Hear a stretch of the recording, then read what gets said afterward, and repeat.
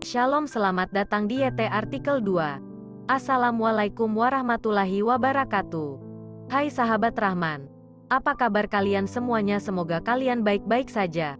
Untuk teman pekerja yang jauh, perantau dalam negeri atau di luar negeri, yang jauh dari keluarganya seperti admin, semoga kalian semuanya dilindungi dan diselamatkan dalam pekerjaan masing-masing.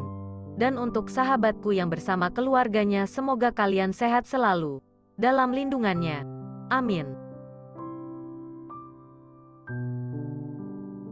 Episode 201, kisah seorang cleaning service yang ternyata anak orang kaya. Rahman menang. Dia mengalahkan Master Kevin yang dibangga-banggakan orang lain. Langsung menjadi terkenal, bisa dikatakan bahwa namanya, Rahman telah menyebar di Yuzoda. Tidak ada yang tidak kenal dengannya. Ini adalah pria yang membuat keluarga Raffi berada dalam masa krisis. Dia juga yang membuat keluarga Raffi kehilangan muka. Keluarga Raffi telah kalah.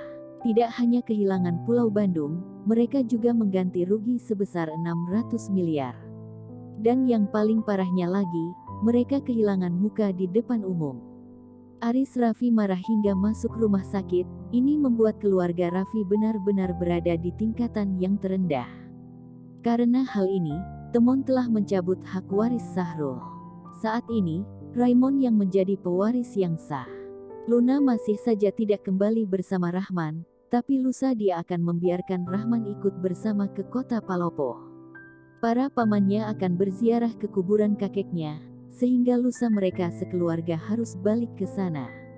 Rahman juga setuju untuk ikut pulang ke kota Palopo. Setelah masa percobaan hari kedua, Rahman bertemu dengan Supri untuk membahas mengenai renovasi supermarket dan kembali bekerja. Kali ini Rahman berniat mengeluarkan 400 miliar untuk merenovasi supermarket dan membuka cabang. Rahman memberikan sebuah mobil Audi yang berharga 1 miliaran, dan mempersiapkan banyak hal untuk dilakukan oleh Supri. Setelah diberi uang, Supri tidak membuat Rahman kecewa. Dia dengan cepat bergerak mulai dari supermarket Sunley. Dia membangun orangnya sendiri, berniat merenovasi toko lama dan mendirikan toko baru secara bersamaan. Sore hari, ketika Rahman dan Supri sedang makan, tiba-tiba mendapat telepon asing. Yang menelepon adalah Raymond. Dia mengajak Rahman untuk bertemu. Rahman menerima ajakan Raymond. Jika perbincangan mereka berakhir baik, dia juga tidak ingin berkaitan lagi dengan keluarga Raffi. Jika berhubungan terus, maka itu merupakan hal yang sangat merugikan untuk kedua belah pihak. Tempat perjanjian mereka di klub Martis. Bukannya Rahman takut keluarga Raffi akan melakukan sesuatu, melainkan kebetulan sorenya dia ingin berbincang dengan Messi. Jadi setelah berbincang dengan Raymond, kemudian berbincang dengan Messi, Rahman membawa mobil Steinway pemberian Marshanda ke klub Martis. Setelah memarkirkan mobilnya, dia kemudian masuk ke dalam klub. Saat ini, Lasmini kebetulan lewati klub itu. Dia melihat Rahman turun dari mobil dan seketika rasa dendam di hatinya membara. Tempo lalu, dia pernah diancam oleh orang Messi. Ayahnya dipaksa minum 2 mangkuk arak dan langsung muntah darah. Ayahnya harus masuk rumah sakit dan diinfus semalaman baru boleh pulang ke rumah. Dia menyalahkan Rahman atas semua yang terjadi. Di pandangannya, kalau saja bukan karena kehadiran Rahman, maka Tono dan Cut Tari tidak akan menyepelekannya. Kalau saja waktu itu Rahman menolongnya, maka ayahnya tidak perlu dipaksa minum arak oleh Messi.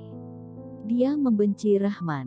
Dia bahkan sampai berpikir untuk memukul Rahman menjadi berkeping-keping. Melihat Rahman yang sudah memarkirkan mobilnya, rasa kesal dalam dirinya membuat dia melepaskan high heels-nya dan memukulkannya ke bagian depan mobil Rahman. Alhasil, bagian depan mobil sedikit penyok ke dalam. Tapi hal ini masih saja belum membuatnya merasa puas. Dia ingin mengambil sebuah batu untuk menambah kerusakan. Sayangnya, tidak ada batu di sekitar sini dan ketika dia melihat ada satpam yang berjalan kemari, dia langsung memakai heels-nya. "Kamu di mana? Mengapa baru sekarang meneleponku? Kamu tidak perlu menjelaskan, aku sudah berada di depan klub Martis. Aku beri waktu 10 menit, jika tidak datang maka selamanya tidak usah cari aku, kata Lasmini yang menjawab telepon dengan nada yang kesal. Setelah itu, dia mematikan teleponnya.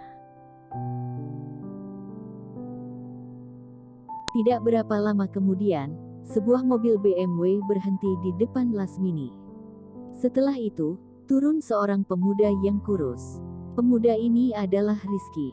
Dia menyukai Lasmini, bisa dibilang dia itu budak cinta yang dipanggil langsung datang. Setelah disakiti oleh Tono, Lasmini pun memberi kesempatan kepada Rizky untuk mengejarnya. Tapi dia sebenarnya hanya sedang memanfaatkan Rizky. Kamu terlihat sangat marah. Siapa yang membuatmu menjadi seperti ini? Tanya Rizky.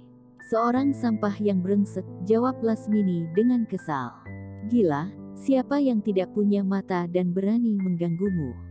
Coba katakan, biar aku membalaskan dendammu, kata Rizky yang merasakan bahwa kesempatan telah datang.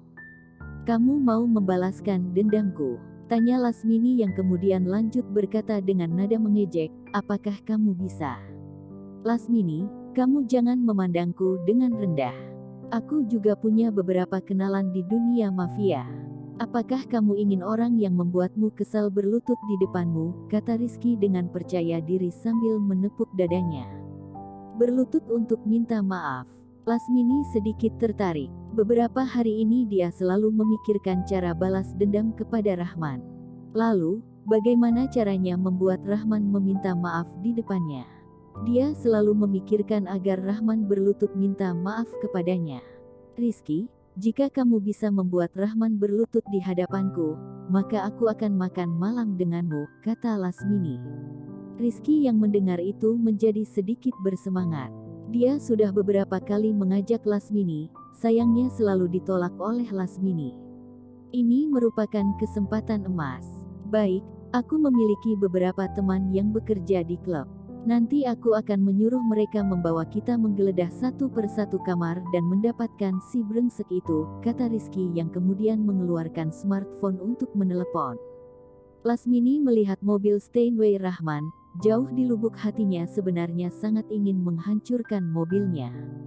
Tapi dia takut kalau Rizky melihat mobil mahal ini menjadi tidak jadi melawannya.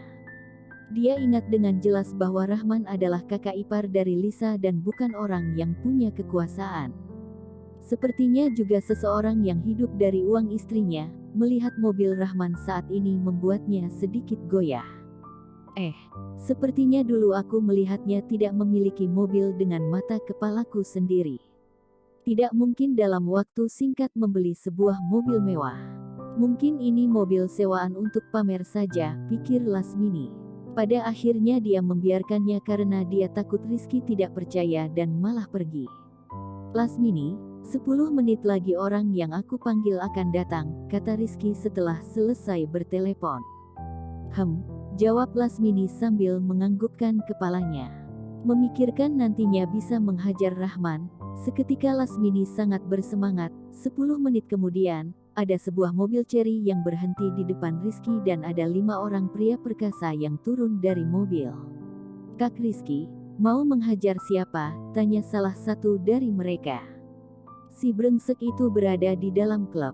Kita masuk dulu untuk menangkapnya, kata Rizky. Baik, mereka menganggukkan kepala.